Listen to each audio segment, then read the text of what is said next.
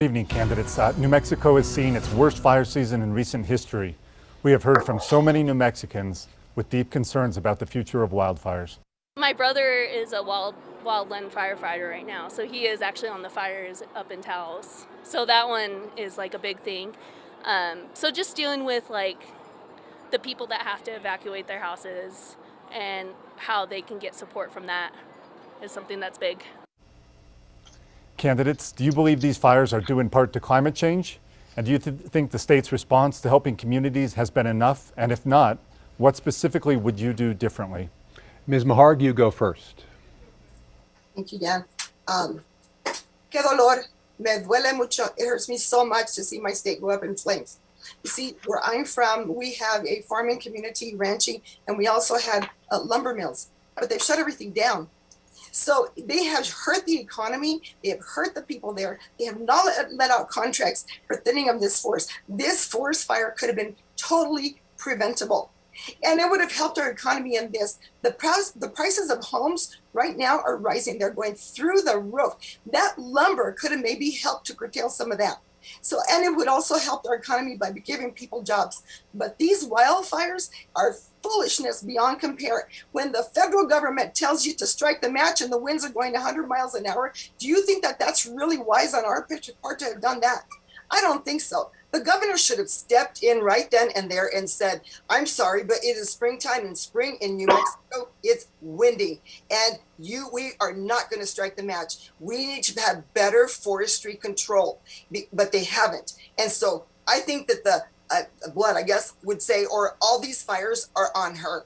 They're on her. There was nothing that she did to prevent this. And so I am holding her accountable, and I think we as a state should too. We could have done something much better than that. Mr. Ronchetti, you are next.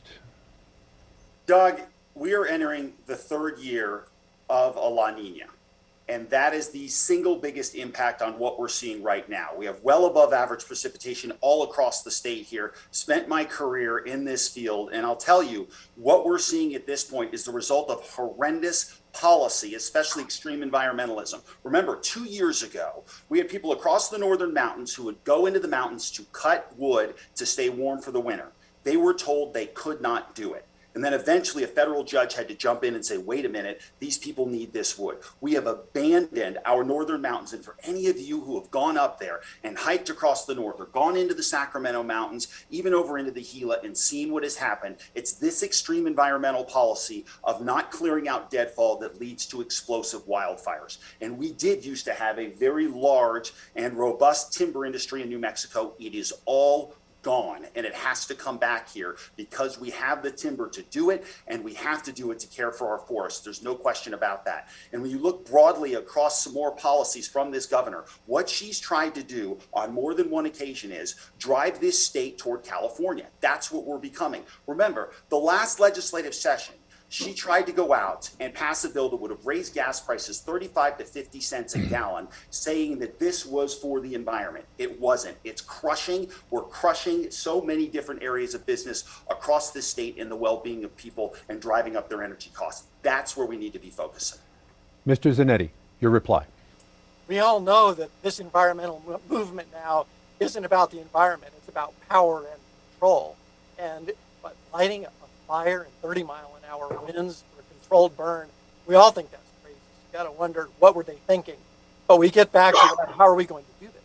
We have to start pushing back against the federal government and saying, wait, this is just one occasion you've done this. You've done this in our state twice in the last 2 decades.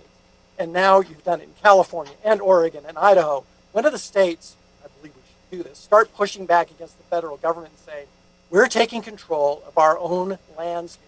Who are clearly incapable of doing this. Our governor doesn't think like that, though. What he wanted to do was just pass out lunches, get on the front page of the newspaper, and say, oh, look how I'm helping. The reality is a very slow response, and now people are suffering. So it doesn't have anything to do with climate change. It's poor policy and poor reaction by our governor.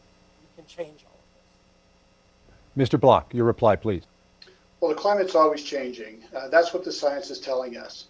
But the science also tells us that we have to clean up our forests, and we do have to log and thin the forests because that protects the forest. We have lost over 270,000 acres of forest and have displaced so many people.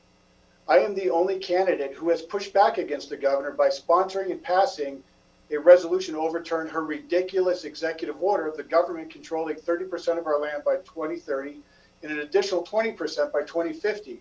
This is where the leadership and experience comes in, because I've worked with Republicans and Democrats getting this done around the state. The governor has not asked Joe Biden for any accountability. And if the federal government can't even manage its forest or know when to strike a fire, why should we trust them? We have to have, we know what's best for our lands here in New Mexico, not Joe Biden. But MLG thinks that Joe Biden knows what's best for us. That has to stop. We have to protect our farmers and ranchers and our Native American communities who know how to manage and use these lands in a responsible manner. What we're seeing now is unacceptable. And as governor, I will push back against Washington, D.C. immediately. And we will not see this type of devastation and destruction ever again. Our final reply from Ms. Dow. We cannot control the drought. We can't control the wind and the weather, but we can do a better job of managing our land, our vegetation, our forests. And I believe that our farmers, our ranchers, and commercial loggers, and even the folks who get permits to warm their own homes with firewood, those are the true conservationists. But our governor is beholden to radical special environmental groups, and they're winning in Santa Fe. The everyday New Mexican is losing. Even as this controlled burn was started by the Forest Service, the largest fire in our state that's taken out over 200 structures that preceded New Mexico's statehood. Look what it's doing to the climate. Look what the fire's doing to the environment. What's going to happen with our soil, and how do we have restoration? Even while we're looking at this is just 2 years after Los Alamos, also started by the Forest Service. The National Forest is saying in Lincoln County, they've gone from 1,500 allotments of cattle grazing down to 100 over a field mice that hibernates 11 months out of the year. Cattle are part of conservation. Farming and land management is part of conservation. If I were the governor and I had $28 billion worth of COVID money coming into the state, I would have created jobs by thinning our forests, removing non-native species along the Rio Grande and all of our waterways, improved our watershed, and reduced our risk to catastrophic fire. She is responsible because she's beholden to radical special interest groups. She has left the everyday New Mexican behind. We need courageous leadership, and we need it now.